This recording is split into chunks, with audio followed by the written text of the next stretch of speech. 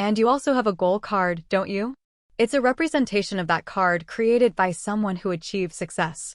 He called it a big dream, this dynamic emerging thing, visible to everyone except the person holding it.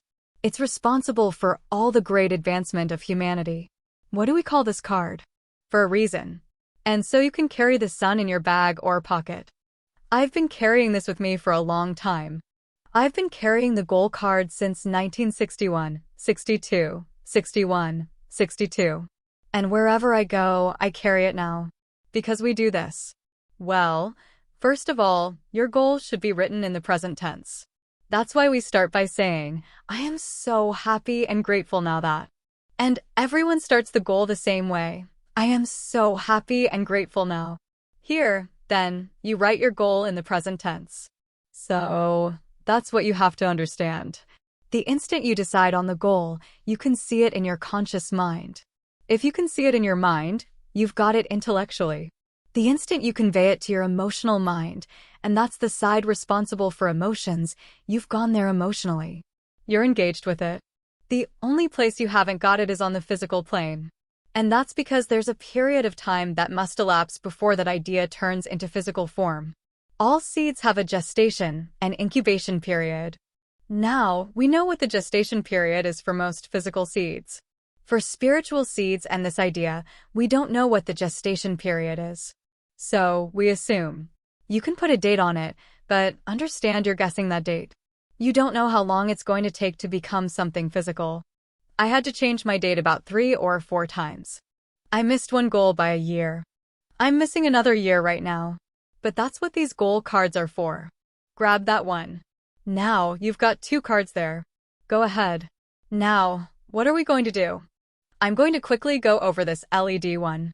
Well, then I'm going to ask you here. You open the pages from 6 to 12. No, now, after we go over each one. And I want you to discuss each one of them. The 6 phases. The first phase you'll find is, who am I? See, if you don't know where you're going and don't know who you are, you're going to have trouble. And that's why most people have problems. They never really find out who they are. They think they are their names or they think they are their bodies. You're not your body. You've never heard anybody say, I am hand. You've never heard anybody say, I am leg. We say, my hand, my leg, my name, my body. Who am I? That's a good question. Where am I now? Where am I now? You don't know where you are now. And where am I going? And those are basic questions. Think. 6 phases. Who am I? Where am I from? Where am I going?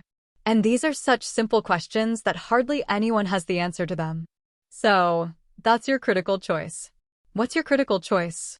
That's the target you're going to have to hit. Well, then, you have to see if this can be done. How can we know if this can be done? You have to understand the laws. And by seriously understanding the laws, you'll know if this will turn into a form.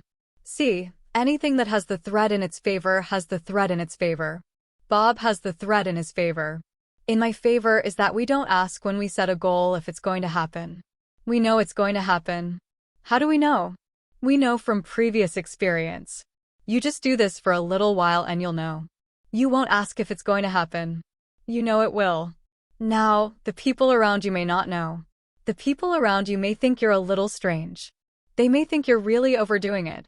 I was going to Malaysia once. I was traveling back and forth, taking off for Toronto every month for about 5 years. And I usually say it's about 25 hours in the air. Just one way. If you go farther, you start coming back. It's as far as you can go without turning back. So, it didn't matter which way I went. Sometimes I went through Los Angeles. Sometimes I went through London. On a certain route, or to take a totally different route, which really didn't make any difference in the arrival time at the same well, because I'm telling you this. So, I spend time on the plane. I'm working with ideas or numbers. It's once I wrote 1 and 6 zeros, 1 million, and made $1 million a long time ago. And I thought, what's so different about the people who are making millions of dollars and people who think it's a fantasy? What's the difference? And suddenly, I was reflecting for a while until I concluded that they don't just have one source of income. They have multiple sources of income. And they didn't build multiple sources of income immediately. I have many sources. And I came up with the idea of calling it multiple sources of income. Well, then, I thought of some other people I knew who had made that amount of money and who are in this business. And I thought about Mark Victor Hansen. And then I got to Kuala Lumpur and I called Mark. Actually, I'm going to wake up, and I left excited and I said, why don't we run a program where we teach people to make $1 million by setting up multiple sources of income? I would. Good idea. Later, he told me he couldn't sleep anymore after the conversation. So we did what we call the $1 million form. And that's where the book Stephen M. Strong Am. We're teaching people to come up with an idea that would turn into $1 million. Well, I remember he came to me and said, let's write books. He said, you have a lot of stories. Tell me some stories. So we gave him some stories and he said, let's sell this book. Let's sell 50 million before the turn of the 20th century. I think it was around 1991 or 92. I don't remember exactly when it was. And I thought, this guy is smoking something. Now, remember, we're teaching people to do anything, and yet I was thinking, he's crazy. 50 million and you sell 1 million books, you're doing well. Well, they didn't sell 50 million. They sold 72 million and then they hit the billion book mark. They ended up selling the whole company for many millions, and I learned then. Well, and whatever you think, there's no limit. It was a big lesson for me at the time. In anything you can think of, you can do. So, you have to understand that it can be done. Now, how can we understand that? What you have to do is relate to nature. If you are part of nature, you are God's greatest creation. There's nothing like you. You'll find all kinds of people going to their churches, going to their temples, going to their mosques, whatever. And they say, if you create everything, it can happen. But they don't really believe that. And they say, God, please help me. God is already helping you. It's written that God will feed every bird, but he doesn't put food in the nest. You have to do that. You were given the tools to do that.